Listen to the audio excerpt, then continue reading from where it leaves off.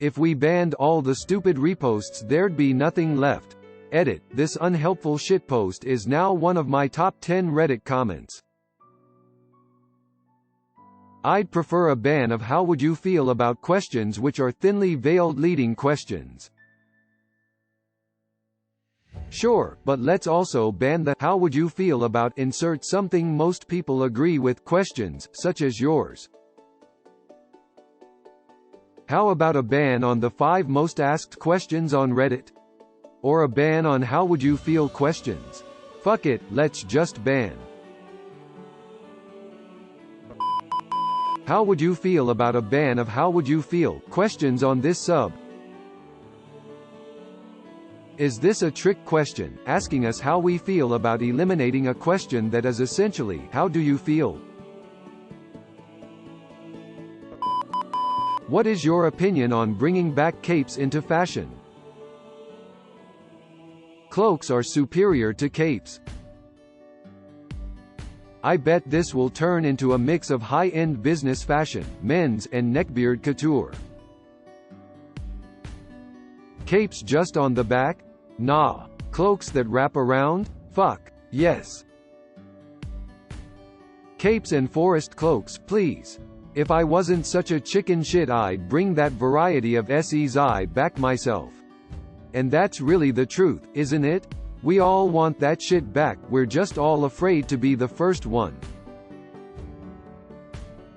Frank Costanza's lawyer has entered the chat. An absolute must. I've said time and time again that if I ever become famous, I'm bringing capes back, and I'm not changing my mind so easily. Propose to my so.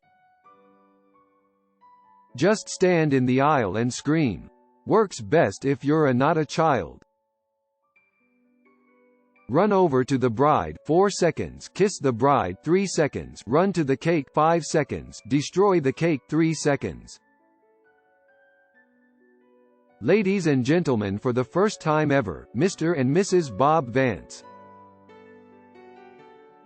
Toe punt the flower girl into space. I throw an open 5-gallon drum of Kool-Aid at the bride. What's a fanbase that scares the hell out of you? The ones who are attracted to serial killers and school shooters. Might be dating myself here, but back in the day those Homestuck fans used to scare me quite a bit. Especially the ones that would come up and glomp you at cons without warning. Former Homestuck fans, was everyone like this or was it just some bad apples? I must know. The ones who are attracted to serial killers and school shooters. Might be dating myself here, but back in the day those Homestuck fans used to scare me quite a bit. Especially the ones that would come up and glomp you at cons without warning. Former Homestuck fans, was everyone like this or was it just some bad apples? I must know.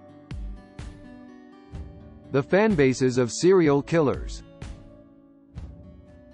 The fans in Webtoons comment section. I just read the new chapters on my Webtoons and bounce. Went there once, never again. Not sure if it's a fan base but that weird baby monkey thing on YouTube where a bunch of random people comment harsh things in the comment section of baby monkey videos. It honestly scares me how normal some people can seem but partake in activities such as these. Undertale fangirls. I used to be in there and it was terrifying how many entitled kids on there were talking about killing people and not in the actual game. Socially awkward people of Reddit, when did you get your first kiss? Went to kiss my grandma on the cheek and she turned her face to meet my lips on accident. It still haunts me. Met a lovely girl at a college social. Sat next to her at lunch in a common area for a few months. We went to many events and activities, but didn't call them dates. After about 4 months of this, daily, we called what we were doing, dates. I tried to find an excuse to plant one on her for a few months, but she was as awkward as I was, so rarely looked directly at me. Finally, I asked. We got better. 2 months later we were engaged. 5 months later married. 4 kids in 7 years. Married almost 30 years now. 19, I'm 18 now, but I'm optimistic. I was 16. We were watching Phantom of the Opera. I was dozing off. He didn't realize. Leaned over and kissed me. I, in my half-asleep state, said that was weird. Still embarrassed to this day. Hopefully soon after the virus dies down. Apparently I kissed a boy at 5 years old, sent him home bragging to his parents. I guess I was ambitious at that age. In all seriousness, I've never been truly kissed and probably never will be, which is honestly fine by me. You're now legally required to wear a warning sign. What does yours say about you? Warning, gives advice but is not responsible for aftermath of your actions that were influenced by the advice. Warning, compulsively increases use of swear words around children by about 24% no matter how hard she tries not to. I would wear a stop sign. That says it all. Warning, will not talk to you unless you start the conversation, but will not stop, like, ever if you do. Warning, means well but cries very easily. What is something you wanna do but totally suck at?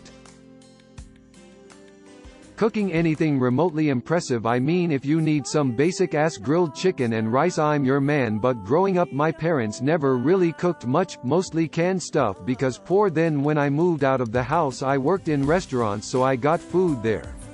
Then I worked on the road a bunch, which didn't help. So yeah, cooking. Music, I always wanted to play the piano but I have absolutely no sense for rhythm. I am not even able to clap at the same time everyone else does for a longer period of time. Art. I compensate by appreciating art because I know how precious the talent is. Ask a girl out. Having the confidence to not give up on things before finishing th. Be a social butterfly when needed.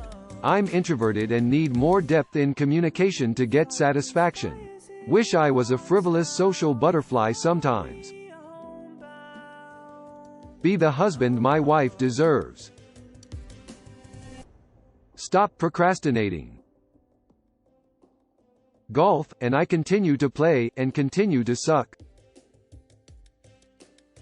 Use my Heelys. How the hell do you start moving? What made you ghost a friend? I told her not to tell anyone, so she told everyone. That realization that you're the one initiating all the interactions with them, and when you stop, they don't notice. When I realized the relationship was one-sided and they only cared about themselves. Every conversation was about them and their lives. They rarely asked or were interested in what I had going on. The selfishness was just too much after a while. Jesus said, "He who lives by the sword dies by the sword," and he was a carpenter who died nailed to a piece of wood. By this logic, how would you die? I write scary stories for a living. FCK. Lived as a handyman, die by handies from a man. Of alcoholism. I am an aspiring microbiologist/epidemiologist, so, the plague? I'll probably choke on a book, or get buried under a bookshelf, or something. I'd have to schedule my death and make sure to cover my shift with some hot. Do you prefer showering in the morning or at night? Why? Night because of how comfy I can get when going to bed. Night. Get the sweat and grime of the day off before you get in bed. As opposed to sleeping in the accumulated grime since you last washed the sheets.